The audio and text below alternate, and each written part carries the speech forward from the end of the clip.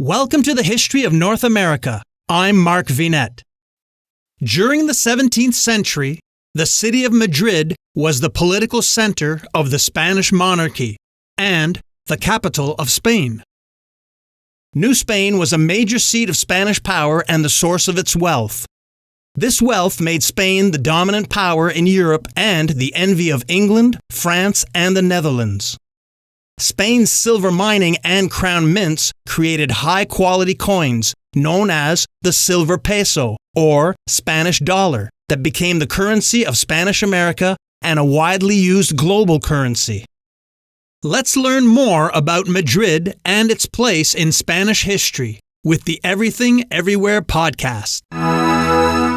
Madrid, the capital city of Spain, has a history that's unlike any other.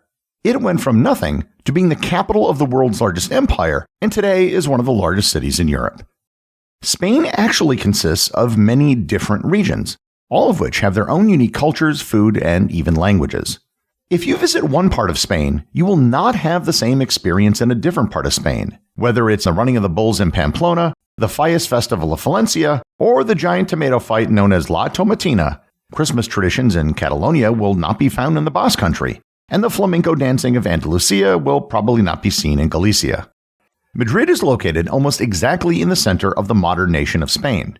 It's notable for being the highest capital city in Europe, situated at an altitude of about 650 meters or 2,130 feet above sea level. This high elevation contributes to its climate, which is characterized by warm summers and cool winters. The average low temperature in January is 1.9 degrees Celsius or 35 degrees Fahrenheit. And in July, it has an average high temperature of 33.4 degrees Celsius or 92 degrees Fahrenheit. In short, it gets colder than most parts of Spain in the winter, but not cold enough to snow very often. Likewise, it can get hot in the summer, but not nearly as hot as other parts of the country further south. The area around Madrid is a high plateau known as the Meseta Central, and it's relatively flat. To the northwest of the city are the Sierra de Guadarrama Mountains. Running through the city is the Manzanares River. The Manzanares is not a major navigable river, and it's just a tributary of the larger Tagus River.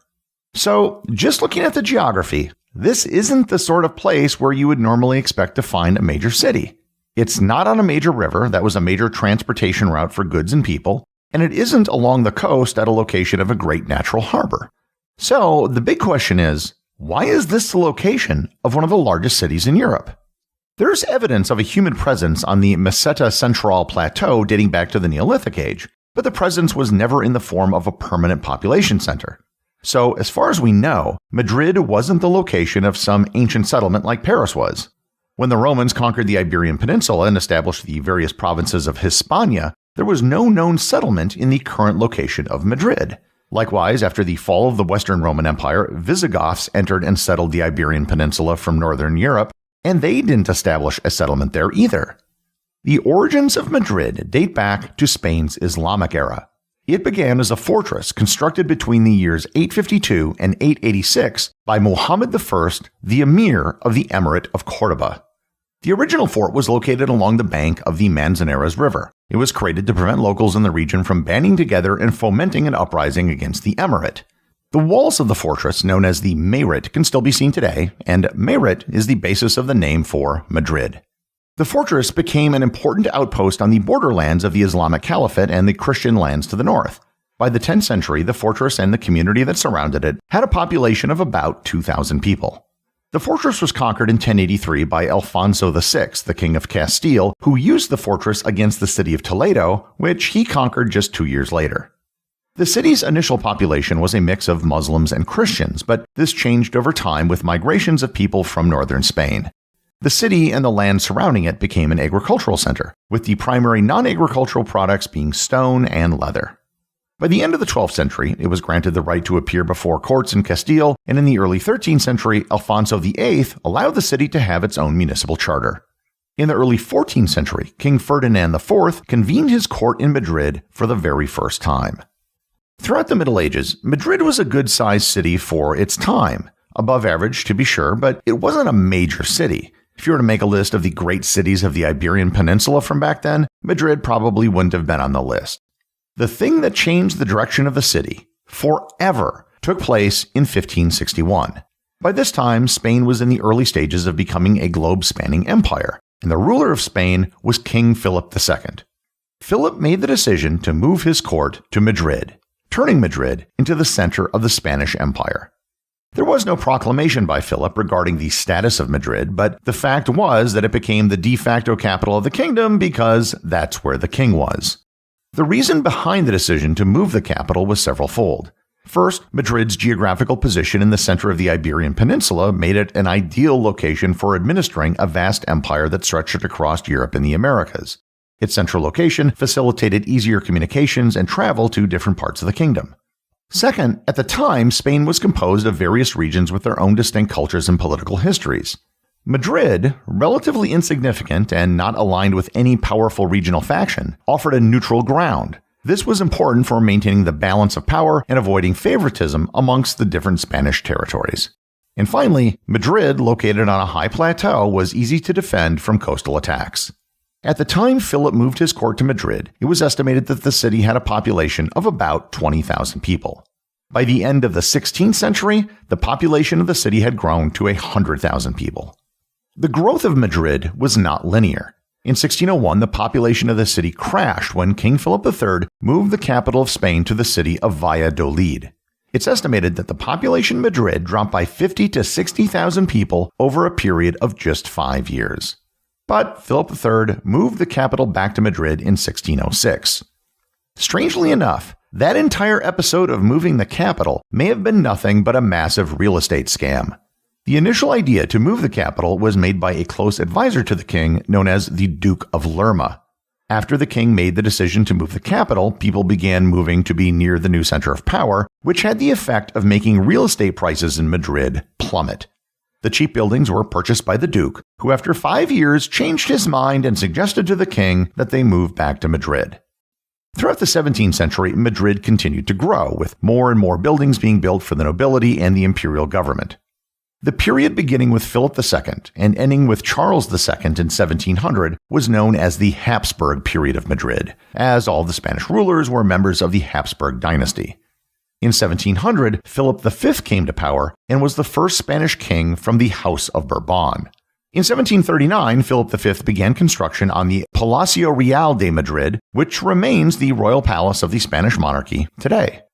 Charles III took an active interest in the city, finishing the Palacio Real and constructing the Prado, the Royal Observatory, and the Puerta del Alcalá. The Bourbon dynasty came crashing to an end in 1808 when Spain, like the rest of Europe, had to deal with Napoleon Bonaparte. Napoleon put his brother Joseph on the Spanish throne after the abdication of Kings Charles IV and Ferdinand VII. This entire period of the Spanish War of Independence, also known as the Peninsular War, in May 1808, French forces entered Madrid. This began several years of resistance to French forces in the city, which lasted until 1812 when British and Portuguese forces entered the city and expelled the French. The 19th century saw the rise of Madrid, not just as an administrative capital of an empire, which was now starting to fall apart, but also as a hub for business and technology in Spain. As with many cities, Madrid became electrified in the 1890s, and its first metro system was opened in 1916. One of the defining events for Madrid, and really the entire country in the 20th century, was the Spanish Civil War. Madrid, like many large cities in Spain, was largely Republican in its sympathies. In 1936, a military uprising in Madrid was quashed by Republican forces which controlled the city. With Madrid firmly in Republican hands, it became a major target for the nationalist forces. In November 1936, this came to a head in the Battle of Madrid. Nationalist forces reached the outskirts of Madrid in early November 1936, expecting a quick victory. However, they met strong resistance, and the battle resulted in a stalemate, with Madrid remaining under Republican control. This was the first major battle for the city, and it marked the beginning of the Siege of Madrid, which lasted for almost 3 years. During that time, Madrid was bombed by aircraft and artillery by nationalist forces until March of 1939 when the city finally fell, effectively ending the Spanish Civil War.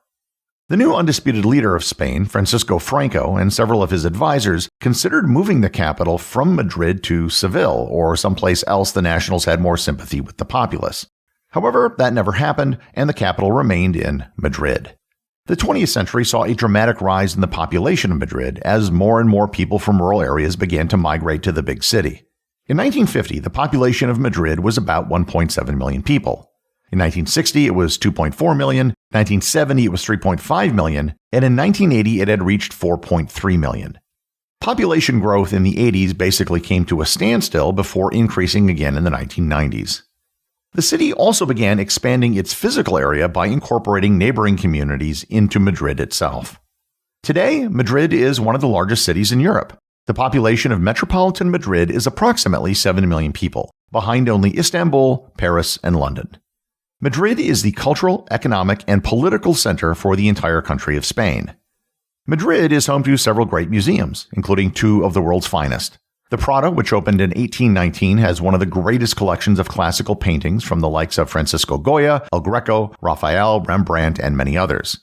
The Reina Sofia National Art Museum, named after the former Queen of Spain, has one of the greatest collections of modern art in the world, including the famous Guernica by Picasso.